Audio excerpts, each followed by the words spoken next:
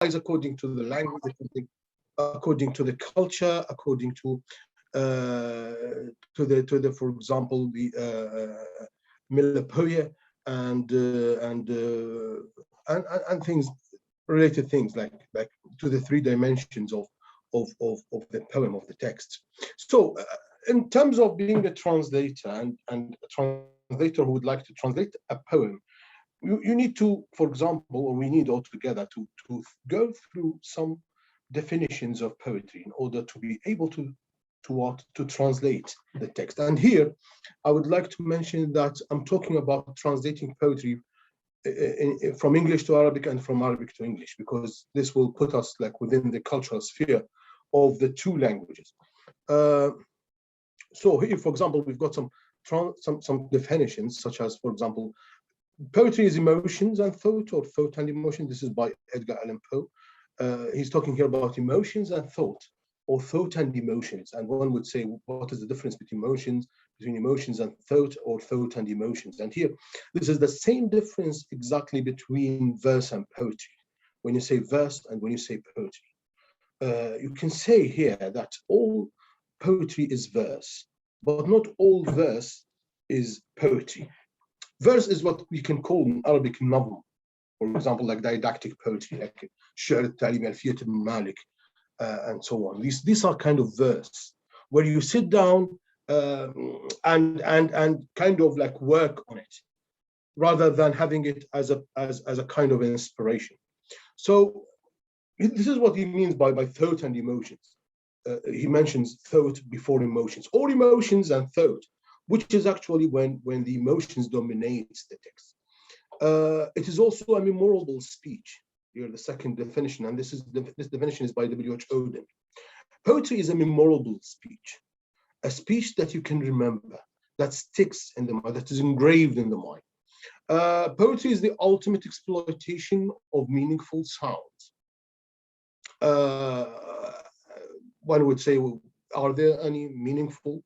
Do we have meaningless, for example, sounds? Yes, meaningless sounds is music, for example, and meaningful sounds are words. And poetry is a combination of both meaningful sounds and meaningless sounds, which is the music that you can find in poetry, in the succession of consonants and vowels and the balance, etc. So then the rhyme, yeah. Poetry is to say a lot of things in a few words. This is, I think, by Christopher Fry. To say a lot of things in few words, and this is very similar to the previous one, which is the ultimate exploitation of meaningful sound. It's like in condensed, like speech. Poetry is like that. It's an expression of imagination. Well, you can express imagination in the novel, for example, or in for example, fiction. But in poetry, it is of course a difference. It's more brief. Poetry is what gets lost in translation. This is by Robert Frost, and this is a very important thing because it mentions translation here. Poetry is what gets lost in translation, which means that that when you translate poetry, so many things are going to be sacrificed. So many things. So it's according to also like Ezra Pound. Poetry is like, for example, bringing a dead man back to life. This is what Ezra Pound he said about the translation of poetry, and also to mention that here what Robert Frost, which is like Frankenstein, and here he means that poetry is untranslatable. It will be an ugly like text that the one you are going to like produce in the end. And here in this definition, he is saying it is untranslatable. But we will see if this is possible or not. Poetry is the immediate activity of the mind, of the poet's mind. This is by Coleridge. And he put this definition in contrast to the one by the following one, which is by William Wordsworth. Poetry is the spontaneous overflow of powerful emotions recollected in tranquility. This is the definition of Wordsworth, and Coleridge made the opposite one. You can also say revised as well, in trunk, not only recollected, but revised over and over. This is what William Wordsworth said about poetry. While Coleridge, no, he did not want that. He was against that. He said it is the immediate activity of the poet's mind, which means what comes into your mind and then you put it on paper. And maybe this is because Coleridge was fond of drugs, and he used to write poetry after he takes some drugs, which is something I usually don't do, or actually I never did. Yeah, we got also the rhythmical creation of beauty. There is something in poetry that we cannot deny, which is the beauty, the aesthetic value. And we're going to talk about the aesthetic value in poetry today as well. Yeah, so we move on from these definitions. So basically poetry is a combination of things. These things that we mentioned, it is memorable, it has emotions, it has imagination, it is well balanced, it has music, etc., etc., etc. All these things have been put by Ezra Pound into these three definitions, or these three words, let's say, or terms. He said that poetry has three dimensions, which is this one, the melopoeia and the phanopoeia and the logopoeia. The melopoeia is something related to the music of the language of poetry, and phanopoeia is related to the imagery, to the themes of the poetry that poetry can convey, and logopoeia is the language itself. So these three dimensions, they electrify the poem. They give the poem the power that we can see. Like when you hear something, when you hear poetry, you can distinguish it from ordinary speech. Yes. And here also, Bourget, he says, any translation is a new poem modeled closely or less closely on the original. So all those people, they were saying that poetry is untranslatable. It is not, the process of translating a poem is impossible. You can say anything, but not a translation. You can say that you have produced a close copy, let's say. You have copied, you have created a model which is related or close or similar to the original one, inspired by it, etc., etc., but not a translation. You cannot call it a translation, which is something I am against, actually. I mean, I'm saying these things, but I am against. I have my own theory, like, and my own translation and my own style of translation, which is actually recognized not only in the UK but also in the USA. Yeah. So many of my poems that I translated have been copied by research. Famous researchers around the world copy them and they put them in their books. Yeah.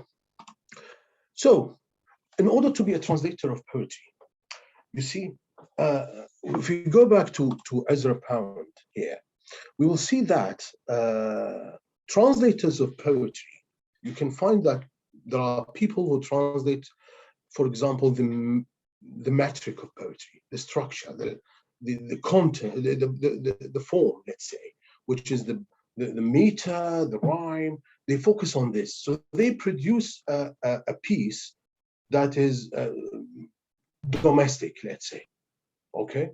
And some people know they focus on the meaning. So in the end, they produce a foreignized copy of translation. Some people, for example, focus on other things.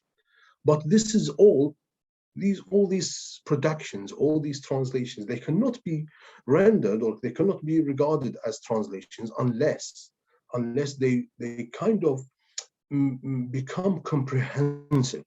In order to produce a translation, you need to identify the key elements in the poem and then translate them all.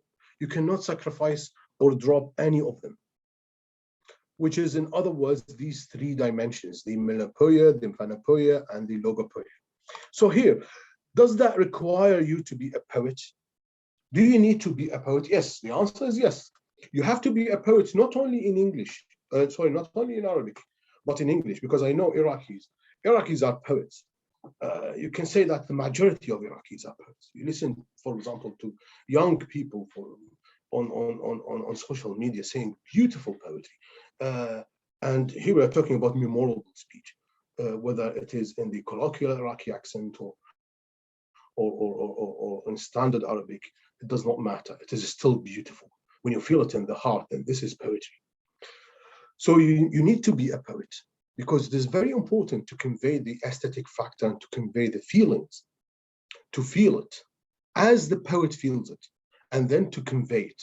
So this requires you to be a poet. If you are not a poet, you cannot translate poetry. It is impossible.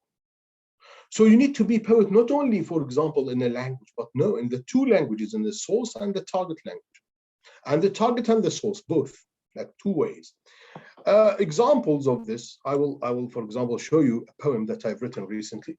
Well, not recently, it's in 2018. This is a poem that many English people liked so much. And when I wrote it like I was inspired by Ahmad, the poet, the Iraqi poet from Bosrah. So the honor is yours, people of Bosrah. Here, for example, this short poem, which is like a signboard by Ahmed Madar, it says weather. This is my poem. It says weather forecasts, and because here you see in York, let's say in England in general, you live in as a stranger. You do not talk to people, and you have so many feelings, and you are a poet, so that you use that feelings. You use this kind of negative energy and kind of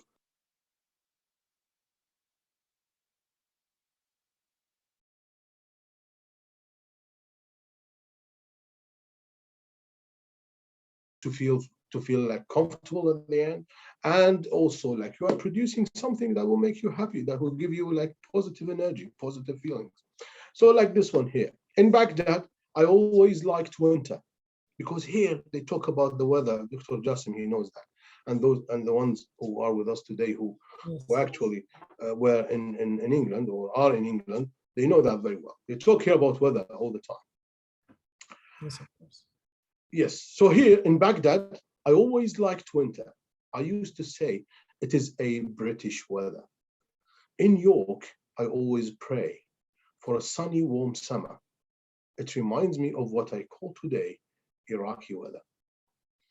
So this poem is very short, but every Englishman whom I know who read it or who heard it, they all express their admiration for it. They say, "Oh, it's a very nice poem. It's a lovely one." And they usually, when I make evenings events, they ask me to repeat it. Can you repeat that poem? I like that poem. I like the weather forecasting. Yeah. And here, for example, I have a poem in Arabic that I composed after on the anniversary or on the 10th anniversary of my work as a teacher of Arabic studies in the University of York. I said here, 10 من الأعوام عشت معلما للضاد في أرض تكاثر قطرها لم أخلو فيها من مودة صاحب ودناء نفس عم فيها شرها لا زلت في هذه الجزيرة راعيا لبديعها وكلامها وصروفها وأذود عنها ضد كل مهتك بالجهل من أثوابها وستورها ألوي لسان الأعجمي مقوما عوجا به كي تستقيم حروفها. This, for example, poem is inspired by Al-Jawahiri, because I work on Al-Jawahiri. As I am an Odenesque, I work on W.H. Oden. I work equally on Al-Jawahiri.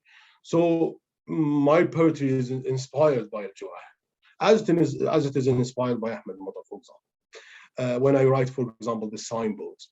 So these people who actually, when we talk about your readings shape you. So this is very important. That's why I said we don't have in poetry black and white. We don't have theories. We have a poet who is created by his readings, by his knowledge, by his gift, by his skills, and we have another who have been also created by in a different way. So here, this produces something different from this, and so on. So it's a matter of art. It's just a matter of art. Just like when you listen to Mozart, and then when you listen to, for example, another one, Bach, for example, both are different. Like both are great musicians, but each one has his own style. And this is shaped by the culture, by the circumstances, by the character, by the feelings, etc., etc. So many things, and by the readings as well. So here, as you see from the poems that I write or the style that I write, that this is the poetry I can produce. This is an example of what I can do. So, and this is shaped by my readings. So this determines the kind of translation that I can produce also. It has an effect, a deep impact on it. Okay.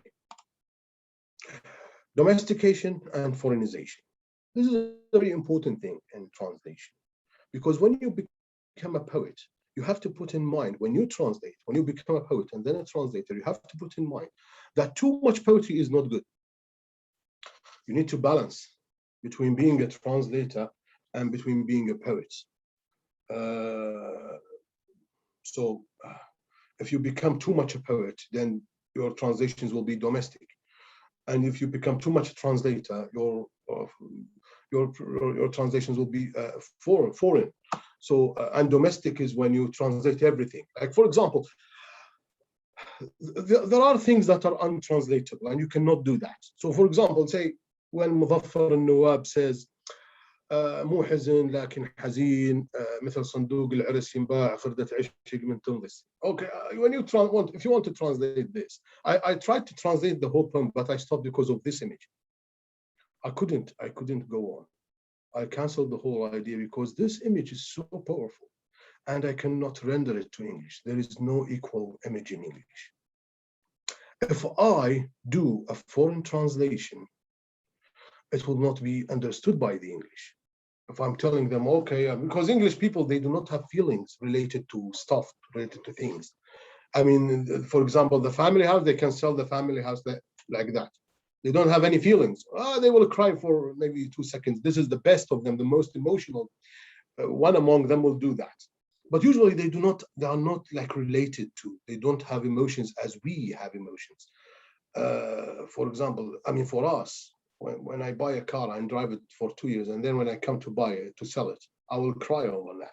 I will stand and I look at the car and I look at the key and I say, oh my goodness, I've been in this car for 2 years. I've been doing this, I've been doing that. I went to that place, I went to this place. I'm so grateful.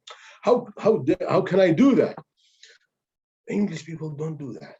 They don't have this thing. So if you translate this image, مو حزن لكن حزين مثل صندوق العرس ينباع خردة عشق. Well, they will ask why he's crying over this box. Well, we sell boxes and car boots every day, every Sunday. So something. So this is difficult to translate and difficult to actually produce like as it is, translated as it is. You might need a footnote here, for example, to explain it. But that would not be nice for poetry. When you put footnotes, it's not tasty. Does not become a poetry. It just becomes like a translation of the meaning. Yeah. We move on. So you have to be careful here between the poet and the translator. You have to balance. Here we come, for example, to how the balance becomes. Like, for example, this is a part of T.S. Eliot, The Wasteland. April is the cruelest month, breeding lilacs out of the dead land, mixing memory and desire, steering dull roots with spring rain. It's a beautiful part. I translated that into نيسان يا أقصى الشهور فيك تربو جناب ذو الليل فيما بين القبور فتبعث في آن معا ذكرى وأمنية وتحيي بقطر الربيع بليد الجذور. So,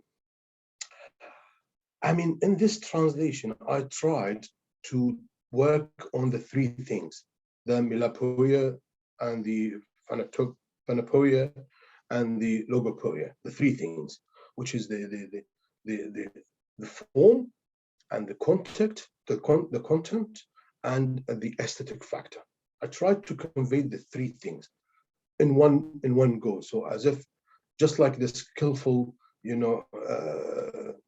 for example, guy in the circus who kind of like walk on a rope while carrying like three plates, for example. And these three plates are these. So I produced a text that has a music that is well balanced, that conveys the meaning, the logopoeia, and it has the melopoeia, it has a rhyme, it has a balance, and also like it has an image. It produced the whole image. And here I did not have any problem. Why? Because the image is not that culturally like coded, like let's say image, lilacs among the graves or in the graveyard or something like that. This is something that you can imagine as an Arab. When you read that, you can imagine it and you can feel it. So yeah, that was something okay. I consider it okay. But then the question comes about tools. What do you need also? What other tools do you need? Because this text, it works, for example, for this text, but there are other texts, such as the one by Mudaffar and Nawab, that are problematic.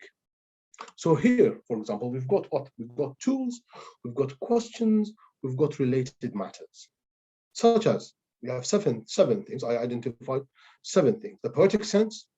Who chooses who? I mean, here, does the poem chooses the translator or the translator chooses the poem? Who chooses who? And what to lose? Because Robert Frost said poetry is what gets lost in translation. So what to lose in translation? What can you lose? What can you drop? Is there anything that you can drop in translation and still the translation that you produce in the source and the target language is okay? Quantity and quality. This is related to length, to the number of words.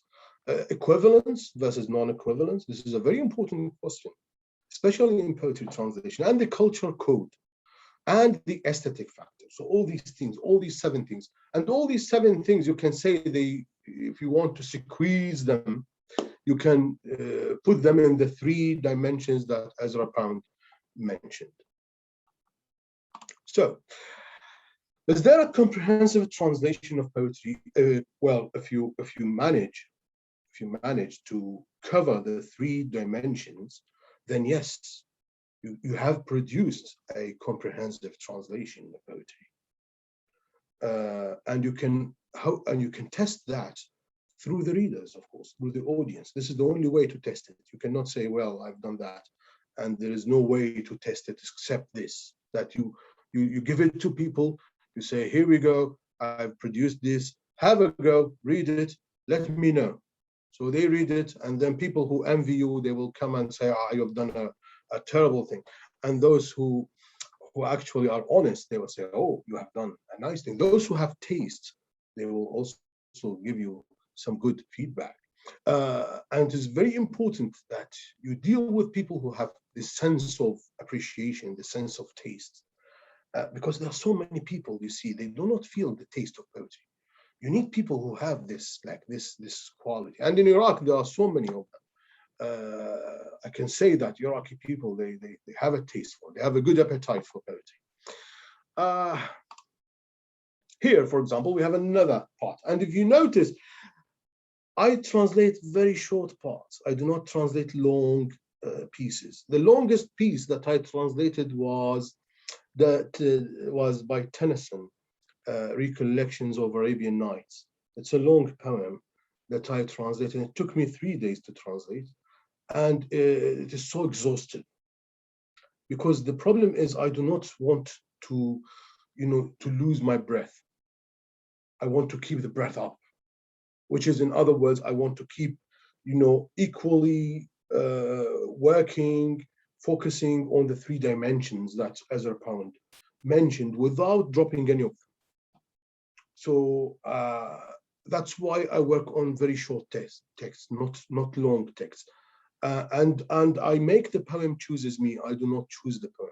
Sometimes I choose a poem, as you see, like I decided to translate Muzaffar al-Nawwab's this مو حزن لكن حزين, and I came across this image of the صندوق العرس, and then I felt that I know nothing in translation. Simply, like when I came across that and I wanted to translate it, for a moment I felt that I'm so stupid. I cannot translate poetry.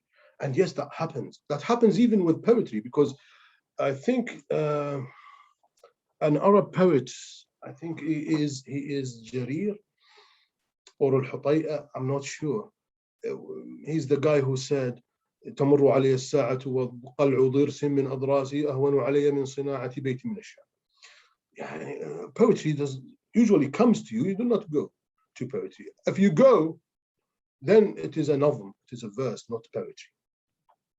So, for example, here we're talking about the sense of taste or appreciation in poetry, which is a very important thing in translation.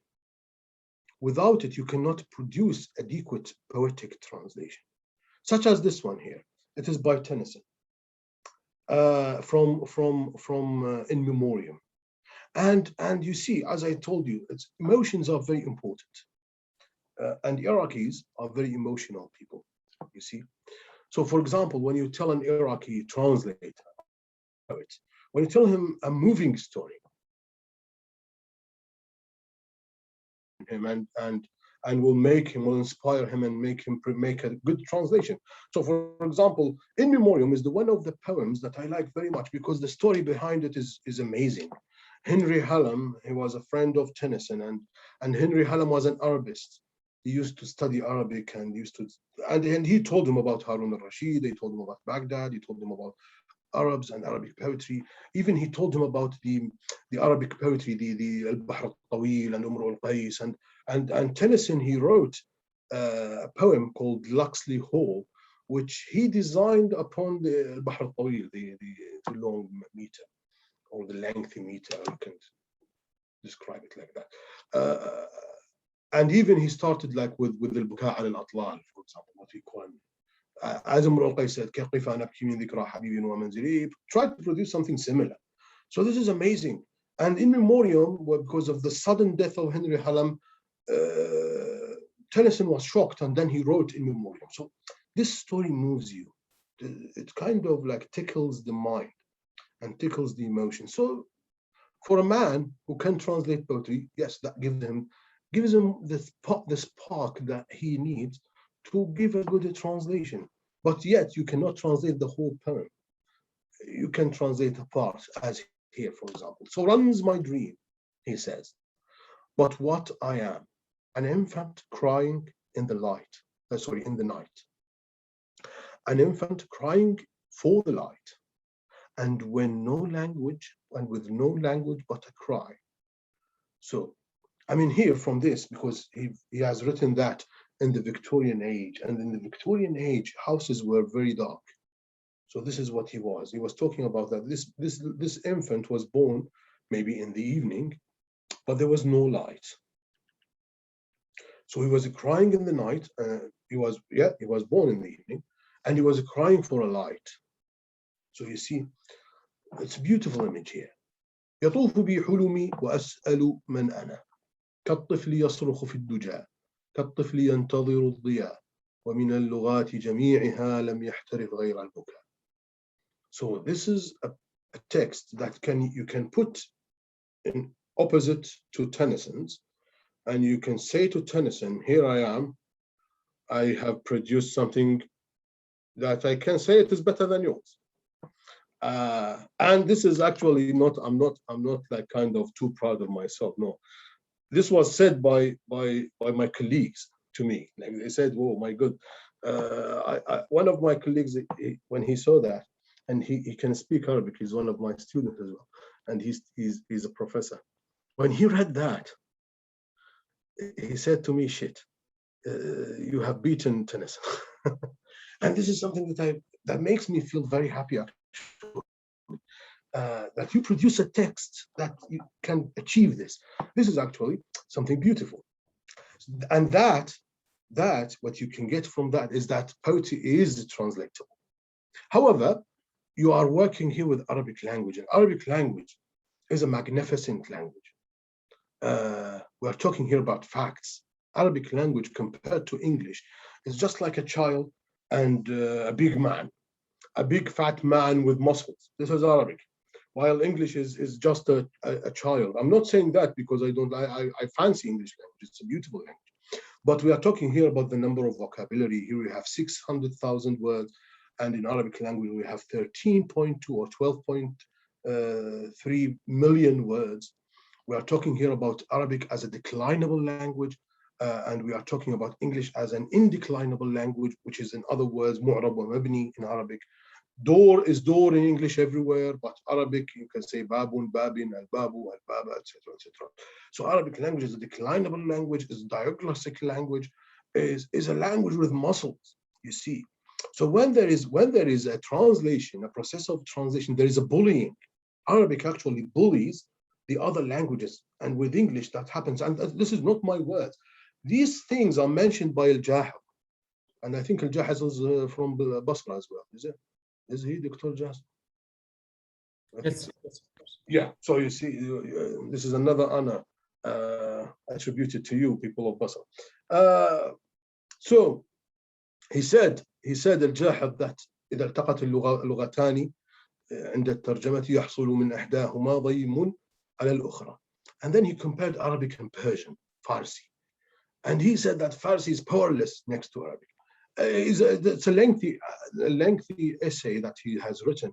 It's a beautiful one as well. I encourage you to read it. Okay, so we move from that into the next question. Does the culture dimension play a role in the choice of the poem for translation? It does. It does, yes. The culture code plays many roles actually in the process of translation. Your own culture, the culture you were born with, plays a role.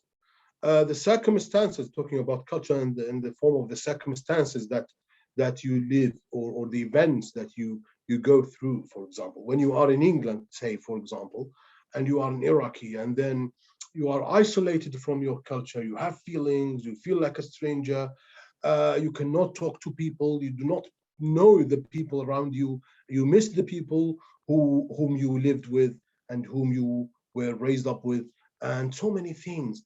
That actually will live with you. Like for example, if you are walking, let's say in New York, and you see a tall tree, you will remember the date palm tree. If you are the culture is haunting you, you see. So that cannot actually be separated from your translation. As a translator, actually, you are your own culture. So simply like that. So the culture code is very important. Say, for example, this translation, which is Lirail Muhammad. And this translation made a big fuss because people who read it, they liked it. People who read it in English, they liked it so much. And I was very happy to see that people liked it. And it was published in New York, which is a journal of poetry. So I tried, when I wanted to translate that, you see, Lirail Muhammad. I mean, I've been, for example, listening to Lirail Muhammad when I was in Iraq, but I did not think of translating it until I came to England. So being a stranger, being isolated, this is part of the culture, but this is like the personal culture. So the personal culture you live, it produces the translation as well. It plays an integral part in producing the translation that you do in the end. So for example, here in the UK, when I hear Lirail Muhammad, it hurts me. Right? So this pain produces a good translation, is necessary for translation. So here, I translated this into something, as much as possible, I wanted to be like Mudaffar, like the one we hear when it is sung by Yas Khadr, for example, and the way Yas Khadr sing it, and even the story about it, the sadness, the touch of sadness. This is a poem that has a touch of sadness. Yes, and a touch of longing as well. So you need to produce a poem that has these factors. So I said here, on a late night train, Ahmed, we passed by you. Hear the sound of coffee grinding and smelled cardamom. And even the choice of words is very important. The succession of consonants and vowels, the music that you want to create is very important. It also must be conveyed in the translation. Hear the sound of coffee grinding and smelled cardamom. Doop in grief, a cry of lost love, O train. The sigh of passion, behold, flew away along the field, like scared away flock of sandcrabs. I am worthy of Hamid, not any other. The morning's chill startles me, and gold's glitter. Hopscotch was his favorite game, O train, since he was a toddler, and the sigh of passion, behold, flew away along the field like scared sandcrabs. It is fake after all, O train, and love is but a shadow. I do need a lifetime, however, to put out my sorrow. Your fate is mine, O train, as well as your line. And the sigh of passion indeed flew away along the field like flock of sandcrabs. I did not translate the whole poem. It's a very long one by Muzaffar. I just took the song, which is a shorter version, because I did not want to lose my breath. I want it to be solid, does not leak water, as the Egyptians say. So that's why it came like that. But the final impression is very important. Like when you give this to an English reader and he reads it, he says, this is a poem. He will not say this is a translation, he will say this is a poem. However, when you put it next to the source language text, then you can say it is a translation. You cannot say, no, this is something different. It is a translation. Okay. We move then to the next. Here we are talking about the choice. For poetry translation, you can always choose the text, but the best of poetry translations are those in which the text chooses the translator. Yes, and this comes actually when most of the translations that I presented to you actually are ones that I did not, for example, woke up in the morning and said, okay, I will translate this poem. No. It just came like I was, for example, on the social media, just like looking at pages. And then I came across this poem or this part. So I read the part and it just triggered the emotions, triggered everything. So when it does this job of lightening what Ezra Pound described as the energy, as the electrifying process, he said, it electrifies you, like it moves you.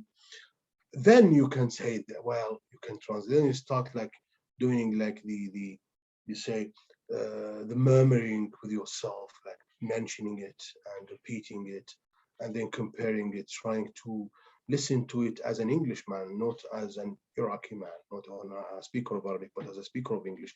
And then you repeat it over and over, and then it comes by itself like that, naturally. You will find that it comes whether in English or in Arabic. It's like that. And this is one of them. I hold it true. This is by Tennyson as well. And this is because I read Tennyson a lot. I like Tennyson, so I read Tennyson a lot. So I translate Tennyson. I hold it true. Whatever before, I feel it when I sorrow most. 'Tis better to have loved and lost than never to have loved at all. And this is a very famous line by Tennyson. It became a proverb in England. It is better to have loved and lost than never to have loved at all. I think it has an equivalent one in Arabic. I said, حقيقة سوف تبقى دون ما وهني أحسها حين يشقى القلب من حزني إن كان ضيمك من هجر ألم به فكيف حال الذي ما مر بالشجن. Yes. I leave the impression to you.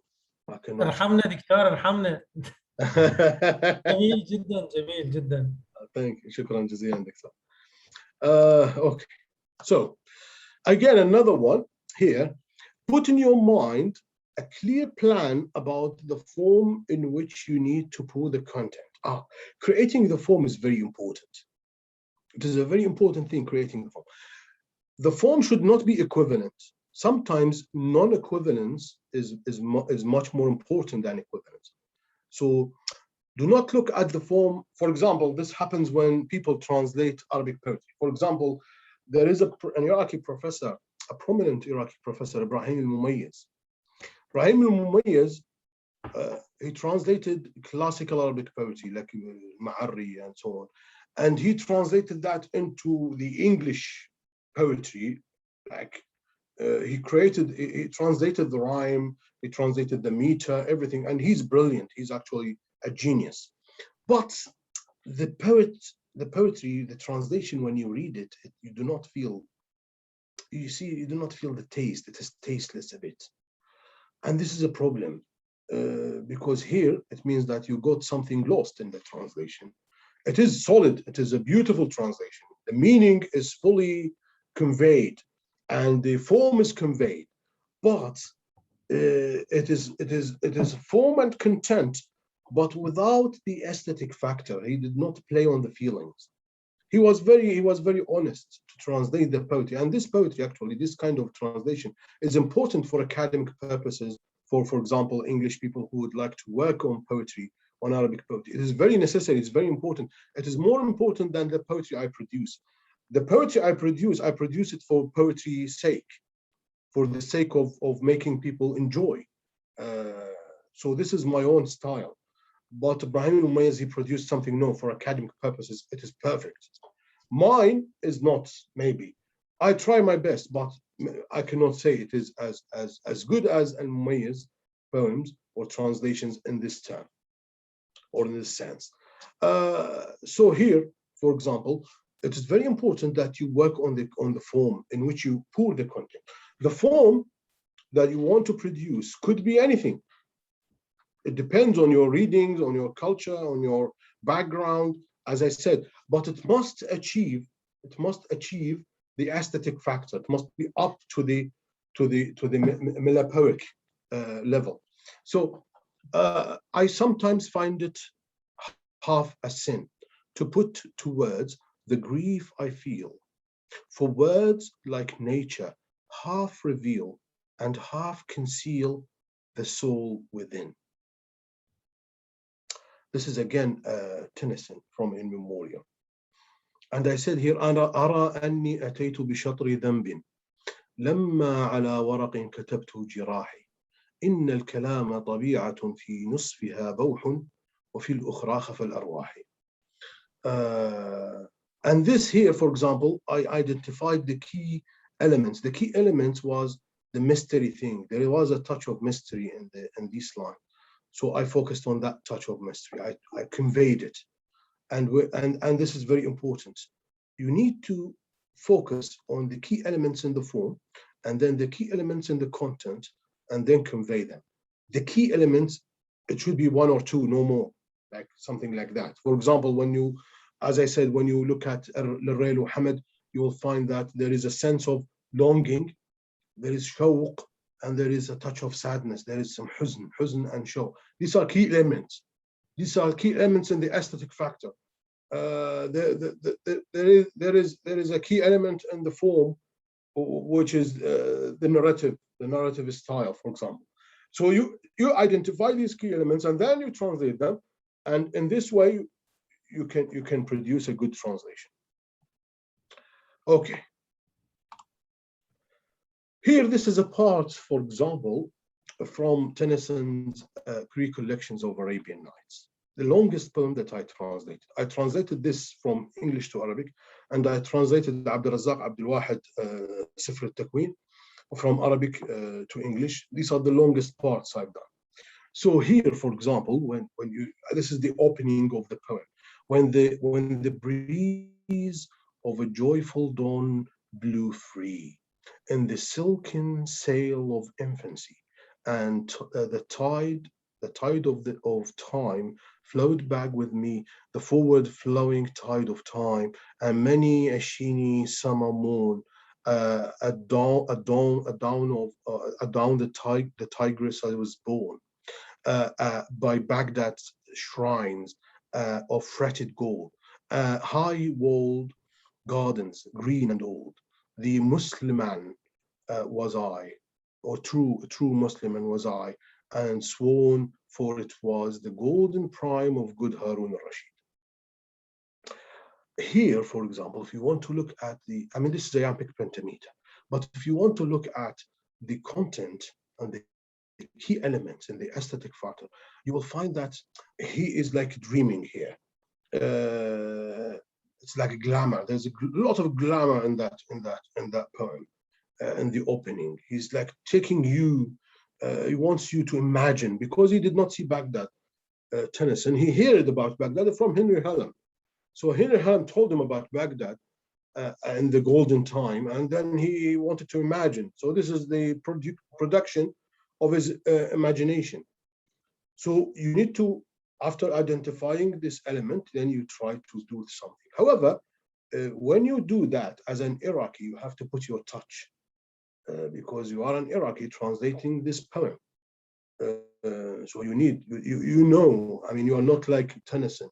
You know Baghdad, you know how it looks like, you know the history, you know the culture. So حين يهب طليقا وعذبا نسيم الفجر. So in the narrative style, here I for example dropped the kind of the metrical style and adopted the free verse narrative style. حين يهب طليقا وعذبا نسيم الفجر في الشراع الحرير لعهد بعيد ويأخذني الموج ما بين مد وجزر لذاك الزمان الذي شمس صيفه كل صباح مطلة ولدت هناك على شط دجلة ببغداد ذات المقامات والأضرحة وقباب الذهب المصمحة وحدائق خضراء دونها أسوارها العاليات القديمة مسلما كنت ملتزما بالعهود القويمة في ذلك العصر الذهبي المجيد عصر الصالح هارون الرشيد. The ra is dropped here as well, but it is by mistake. It has nothing to do with, so we can add the, oops, anyway, okay, yeah, okay, forget about it. So I don't have an Arabic keyboard. So yeah. Then here, sometimes here we're talking about equivalence. We can move here from equivalence and non-equivalence. The previous example paved the way for this question about equivalence and non-equivalence.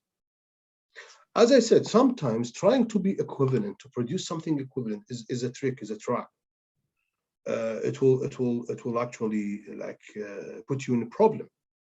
If you try to translate something and put in your mind equivalent, it must be equivalent. It must be like in the number of words, in the form, in the content, in the rhyme, in the rhythm, and the music, and the succession of vowels and consonants, and the length, and so etc.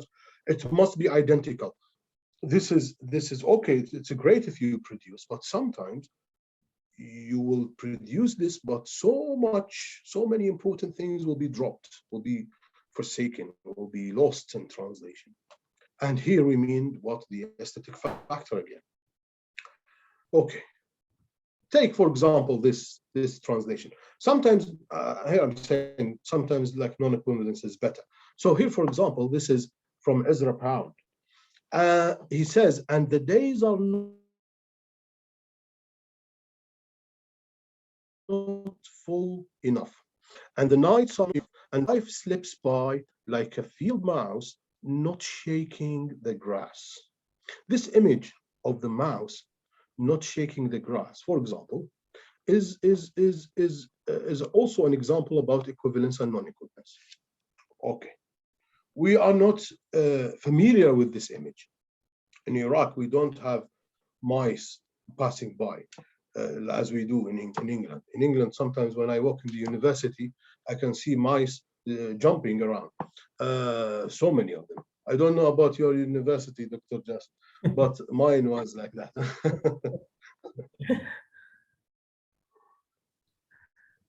It is true. So here you are confronted with two questions.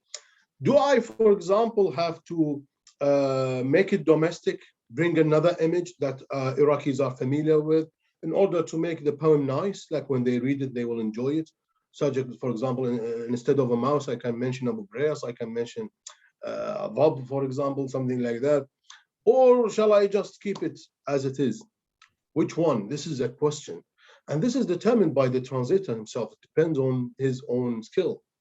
So, الأيام لا تكفي، الليالي لا تفي، والعمر يمضي خلسة كفأر الحقل مر ولم يحرك ساكن العشب. I mean, here, if you can still imagine that, then it's okay. It is okay. If you can still imagine it, if you can feel it.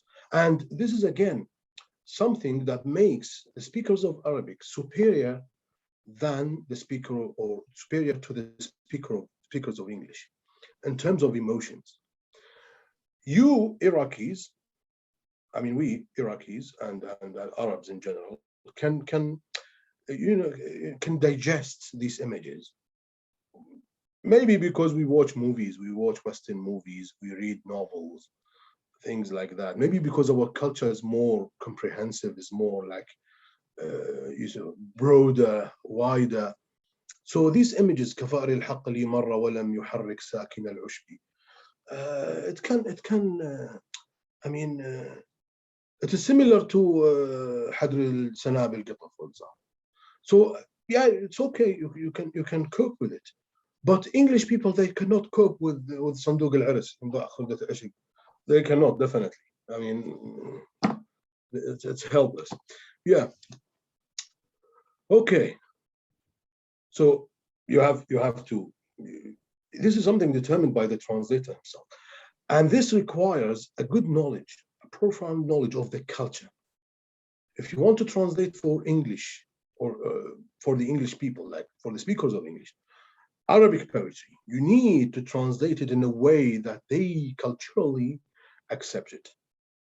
And if you want to translate Arabic poetry or English poetry to Arab people or to speakers of Arabic, you need to translate English in a way that Arabs would understand it. It is very important that you do it in this way. Otherwise, you are not doing translation. So it is very important that you keep all these things, all that egg. You see how many eggs I mentioned, all of them in one basket. You have to put it in one basket and carry that basket without dropping the basket or dropping an egg or breaking it. It must be like that. So it's not an easy job. However, it's a beautiful job. It's a good sport for your skills, the skills of poetry, the skills of language, the skills of the mental skills as well. It's very important. It's very nice. And also, you are doing what? You are working as an ambassador for your culture, for your language to the world. I mean, I feel so much like happier when I, for example, produce a translation and then English people read it in an event and they like it. I mean, this is something, when I see this pleasure, this content in their eyes, I feel that I have owned the whole world, that I feel that I have done a good job. And the same thing when I read translated poetry to English poetry to Arab people, to speakers of Arabic, and I find this content in their eyes, I feel that I have done a good job. Otherwise, you need to, give it another try. So, just to end with, here we have what about the aesthetic? We talked about the aesthetic value. We mentioned it, but here, this is a very important definition by Keats. He said, if poetry comes not as naturally as the leaves to a tree, it had better not come at all. So here he's talking about poetry, and translation is the same thing. If it does not come as naturally, it means naturally here, the poetic part, because translation has two parts. There is a poetic part and there is the translation part. The translation part is related to skills, to science, to theories, to rules, and there is the poetic part, which is rules free. Like, there are no rules. It's just the gift of this gift and the poetic sense and the feeling of the aesthetic factor and the musical air with which you can taste poetry and. So the combination and the balance of these two things is very important. However, you still need to keep an eye on this definition when you translate. When you produce the translation, must be like that. it must be natural. It must be like leaves to a tree. And this is related to when the poem chooses you, when I mentioned this about the poem chooses you, not you choosing the poem. So to end this talk with, I will just make a test. If we can we like get the audience involved, Dr. Jasser? Yes, I think okay, they don't great. mind. Great. Okay, so here we have a line, as you see.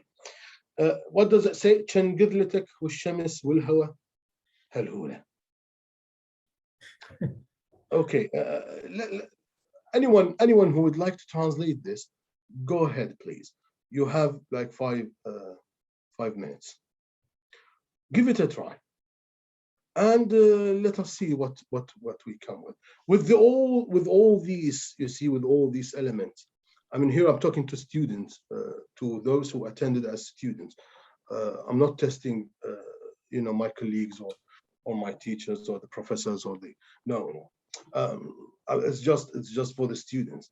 So the students, please, if you would like to translate, to give it a try and translate that to English, and try. You see, first you need to identify the elements, the key elements.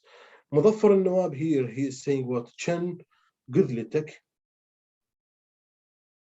والشمس, the sun, والهواء, the air, هالهولة. Okay. The قذلة here, you can actually replace it with the word hair, not necessarily like you mentioned the front part of the hair. You can say just hair, because in England they do not focus on the front part as we do in Iraq. So culturally, the decoding, first we start with decoding the text and then recoding the text. So the decoding process, where the word قذلة can be rendered to hair. You cannot say قذلة, like there is no قذلة. You cannot say the forehead, like lock of hair. That would be translated into 4 words. So you cannot do that. So you can drop it and put instead the word hair. And then the shams, and then the hawa, this is something familiar. And then the word halhula. And I will not talk about halhula. You decide. So if anyone would like to do that and give it a try, let us hear what they got. I would be very happy to hear what you maybe we will. There are some attempts, you can see in the chat box. Sorry? You can read the chat box. Within the chat, they have translated it. But there are, of course, 2 untranslatable words such as qidla and halhula and qidla. Okay. They have, they have suggested, a few translations in the chat box. Where is that? Oh yes, in the chat. In the chat. Yeah. I forgot about the chat. Sorry. Thank you for reminding me. Okay. Oh, we got so many. Oh, your hair and the sun. This is by Zahra. Your hair and the sun and the wind as a song. Okay, nice. Your hair. This is by Sarah. Your hair, sun, air, just like the pleasure. Okay, nice. I don't know what is the halhula mean. Okay. Who's Aram? Your what's bang hair and the sun and the air is, oh yes, this is Aram as well. Okay. Yeah, these are the translations. Well, yeah, thank you very much. You are very close, actually. This is Manar as well. She says, Manar, she says, the sun and the air and your great hair, your great hair, just like a worn dresses. Okay, like your hair and the sun and the air, like. Oh, okay. Well, I can see that. You look. Thank you very much for your translation. This is beautiful. But I want to mention something. The English people like to keep it simple. And like to keep it brief and simple. You see, in Arabic, when you translate from English to Arabic, you can play. Arabic language, as I said, is like a guy with muscles, and English is like a boy. So when you talk to a boy, and I see that because I've been teaching English people for many years, so I'm saying that with confidence. When you talk to a boy, you use simple language, he will understand. If you talk high language, he will not understand. The meaning will get lost. So I think we have more translations. Okay. The hair and the sun are all just like pleasure. Okay, pleasure. Okay, well, yes. Well, I appreciate what you have done here. It's great because you've done it without looking into the dictionary. I produced a translation, but I, of course, looked at the dictionary. And I took my time. So you have done actually a good, because you were under pressure. So I appreciate what you've done. It is good. It is very good. So those who have produced the translations, they have done a good job. But it should be as simple as this. Your hair, the sun, and the wind all together are a joyful cry. Okay. This is something related to culture. Your hair, many of you translated it like your hair. The sun, the sun. The wind, the wind. But you need to say all together. Because if you don't say all together, the English will maybe, you see, will understand it in a different way. They might understand the wind altogether, which is like the west wind, the north wind. It might be like misunderstood. So you need to say all together are a joyful cry. The English don't have, I mean, here, this is a foreignization. Because they don't have Halhula. Problem is they don't have Halhula. If you mention Halhula to them, they will not understand. But instead of Halhula, they have this joyful cry. You see, when they get drunk on the weekend, on the Saturday night, Dr. Jasmine knows that maybe. Yes. And you know, they start shouting, crying, shouting, crazy. So this is a cry of joy. And this cry of joy, it is equivalent to it is not equivalent in terms of the text, but it is equivalent culturally, like you see. This is like equivalent in terms of like, if you compare it to Halhula. So the translation that you can produce here is this: your hair, the sun, and the wind all together are a joyful cry. And with this translation, we come to the end. Thank you very much. Thank you very much. Thank you, Dr. Ahmed. Thank you, Doctor. Yeah, you know, we are, you know, very grateful for you. And I think throughout reading the audience's reactions, you can find, you can discover how indulged they are and how interesting is your lecture. Thank you very much. We were really moved sentimentally by the words and the translations that you have offered, and we can feel the nostalgia in your translations to your homeland. Yes, yes. Do you have a few minutes for questions or? Yeah. Please. Any questions? Go ahead. I mean, thank you very much for granting me this chance. And I've done it. I mean, to be honest, I've done it for your sake, because you know, I'm very busy, and I've just recovered from a surgery to my eye.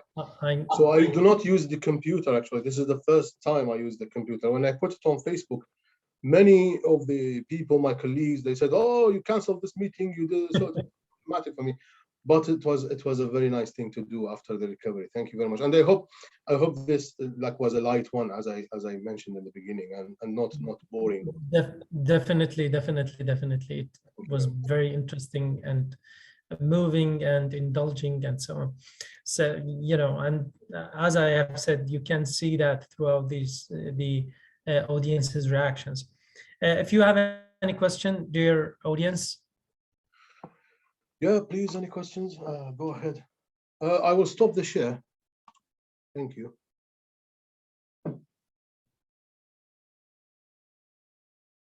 Okay, Fatima Hassan.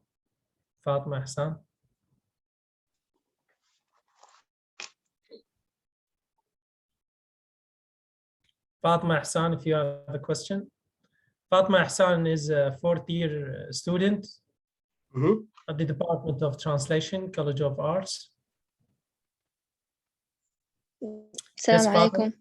عليكم السلام ورحمة الله وبركاته. Thank you, Ahmed, for this lecture. أستاذ بس عندي سؤال على ال domestication و foreignization. الدكتور ذكر إنه إحنا في الترجمة إذا نستخدم ال foreignization تكون مو موفقة كثيرا، يعني إنه ممكن اللغة الثانية اللي ننقل إلها ما يفتهمون الكلام مثل ما موجود عندنا بلغتنا. زين إحنا إذا نريد نترجم فد قصيدة أو فد بيت شعري وما قدرنا نترجمها بطريقة الدومستيكيشن، شلون نوفق ما بين الترجمة إذا كانت بالفورنايزيشن؟ يعني شلون نستخدم هاي الطريقة؟ دكتور احمد اجاوباني لو انت دكتور؟ لا انت الكويستشن is to you. ماشي. هي يعني domestication and foreignization they both have pros and cons. So you can like I would say that in Arabic. الdomestication والforeignization هي مصطلحين يعني بها ايجابيات وبها سلبيات. يعني ممكن استخدامها في حدود معينه وممكن انه الانسان ما يستخدمها، هي تتبع المترجم نفسه يعني ومعرفته بالثقافه، يعني بثقافه اللغه المترجم اليها التارجت لانجوج وثقافه السورس لانجوج. فهي مساله بالاخير هو يحددها، يعني بالاخير هو اللي يحددها المترجم يعني. بس هذه تتبع معرفته بالثقافه، يعني معرفته باللغه المترجم اليها يعني. بدونها ما يقدر هو يعني اكو فد شيء يعني مثل اللي it will be like just taking a leap into darkness if you don't know the source language, the target language, the culture codes of the target language. It will be like stepping into darkness. You need to know both cultures. So حتى إنسان يوازن بين ال domestication وال foreignization. لأنه مثلا على سبيل المثال إحنا جبنا آخر شيء على هالهولة مثلا. أنا مثلا كلمة هالهولة هذه أنا ما أقدر أترجمها، يعني أنا عندي خيارات معينة. مثلا على سبيل المثال عندي خيار إنه أنا أجي أترجمها هالهولة. I just write هالهولة in English. I write هالهولة. It's like a هالهولة. And then I put a footnote. That will be tasteless, for example. But it will be a literal translation. You see, here it will be a literal translation. Here I'm so honest. I'm so honest to the text. I can translate that into like al-hula. If I find something similar, for example, if I'm translating from, say, for example, from Arabic to Turkish, let's say, then al-hula will be something I think familiar, the Turkish language familiar with. So here I can translate that without any problems. But with English, no, I cannot do that because they don't have al-hula. So either I translate it literally, and then I put a footnote, or I rely on foreignization.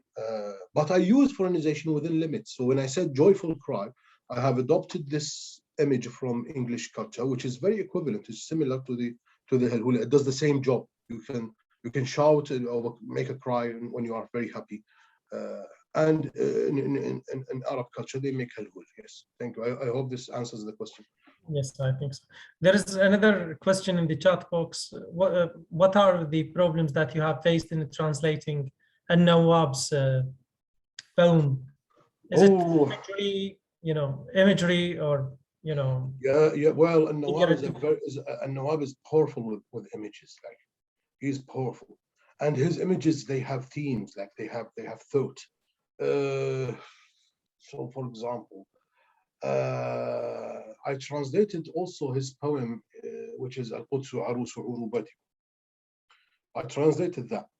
So when he says, for example, وطني أنقذني رائحة الجوع البشري مخيفة، أنقذني من مدن ترقد في الماء الآسن كالجاموس الوطني وتجتر الجيف. I mean, here, this image, for example, like the English people are very familiar with cows. Yes. So they are farmers. Most of them are farmers. They are familiar with cows. So if you go to a farm, you will find dirt and you will find this like swarms and that. and then you have the same image, and then people walking in those like swamps and that dirt. So you will have the same, and then you will find the cows themselves dirty and stained with all that dirt.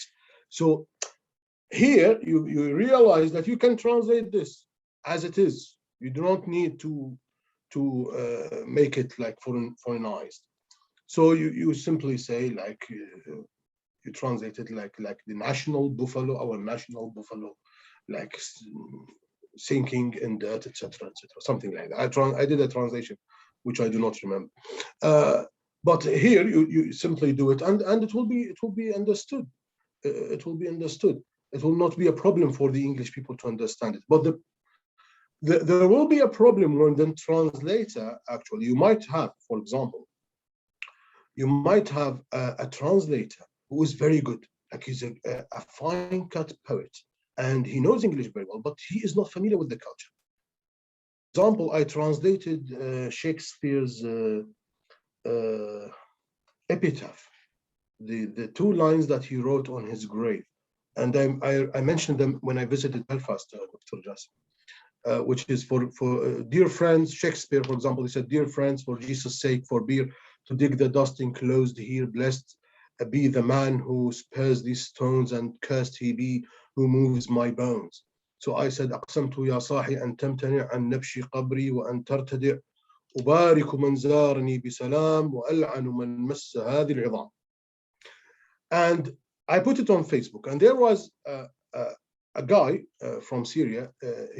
I taught in Syria. I worked in Syria in the universities there for 2 years, and he was there with me, and he was a bit jealous.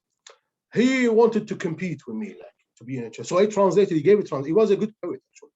He's a good poet, and he translated it into a fully domestic thing that has no relationship with the original text. So, and this is because he does not know the culture. If he knew the culture, maybe he will do a translation that is better than mine. But he didn't know the culture. So not knowing the culture is just like looking at things with one eye. You need to look with 2 eyes, with both eyes. Yes, thank you. Thank you, Dr. Ahmed. We don't want to bother you with so many questions. Do you mind if we can, post your email for our students for further contact, Dr. Ahmed? Oh, I get like every day, 100 emails. Yeah, it's okay. I mean, you can share it, of course, with them. But I mean, I'm sorry, I apologize if I do not like answer or reply to emails because I'm so busy. But there is a question here, I think, about كلمة ضيم. ريا هاد كلمة ضيم في إحدى نصوصك. ما هو كلمة فصحى مكافئة له. هي ضيم هي كلمة فصحى. كلمة ضيم هي كلمة فصحى. هي ليست كلمة عامية. العرب في الجاهلية كانوا يسمون أنفسهم ماذا؟ أبات الضيم. لا يضام، لا يقهر ولا يظلم إلى آخره. Which is something they are not familiar with these days, unfortunately. So yes, the word ضيم is فصحى, is itself فصحى. Yes. نعم دكتور. I think, the questions are endless, but we don't want to bother you with so many questions because we know that it's okay. I am collecting my translations in a book. There is a publish house who offered to publish my translations, so they encouraged me to collect them from Facebook and from. They usually put them on Facebook or Academia or LinkedIn. So I'm collecting them and I will publish them in a book. And there is also a project that I'm working on. It's called the Book of Refugees, which is across the whole UK. It's a big project, a national project. And it has 3 versions, one in Germany, in Berlin, and one in Greece, and one in New York, in the UK. But the director of the whole project is I. So this has also a translation, because we're going to collect contributions from refugees and then translate them and then publish them in a book. And it will be called the Book of Refugees. So this is a big project that I will work on for 2 years, but hopefully after 2 years,